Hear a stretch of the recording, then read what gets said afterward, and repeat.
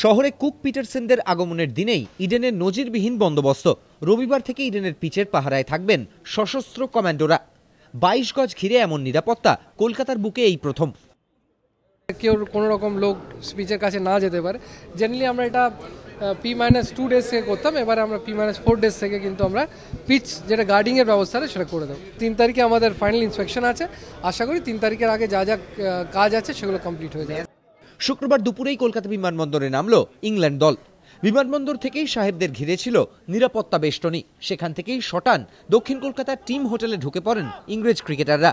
শনিবার ভবানীপুরের একটি বেসরকারি সংস্থার অনুষ্ঠানে যোগ দেবে ইংল্যান্ড দল। রবিবার থেকে ইডেনে অনুশীলন করবেন সোয়ান পানেসাররা। ওই দিনই শহরে আসছেন ভারতীয় দলের ক্রিকেটাররা। সিরিজ 1-1, তাই তৃতীয় টেস্টে ক্রিকেটের উত্তাপের পাশাপাশি সুরক্ষায় সামান্যতম ফাঁক রাখতে রাজি নয় পুলিশ। ইডেন গার্ডেন্সের নিরাপত্তা ব্যবস্থা খতিয়ে দেখতে এদিনই সরেজমিনে হাজির ছিলেন লালবাজারের উচ্চপদস্থ পুলিশ কর্তারা। এবার টেস্টে থাকছে ত্রিস্তরীয় নিরাপত্তা বলয়, 10টি ওয়াচ টাওয়ার, ডজনখানেক বাংকার ছাড়াও ময়দান জুড়ে ছড়িয়ে ছিটিয়ে থাকবে 18টি পুলিশ বুথ। নজরদারি চলবে গঙ্গাবক্ষে এবং দ্বিতীয় হুগলি সেতুতেও। কুন্তল চক্রবর্তী, সত্যজিৎ বৈদ্য এবং প্রদীপ্ত গোস্বামী, এবিপি আনন্দ।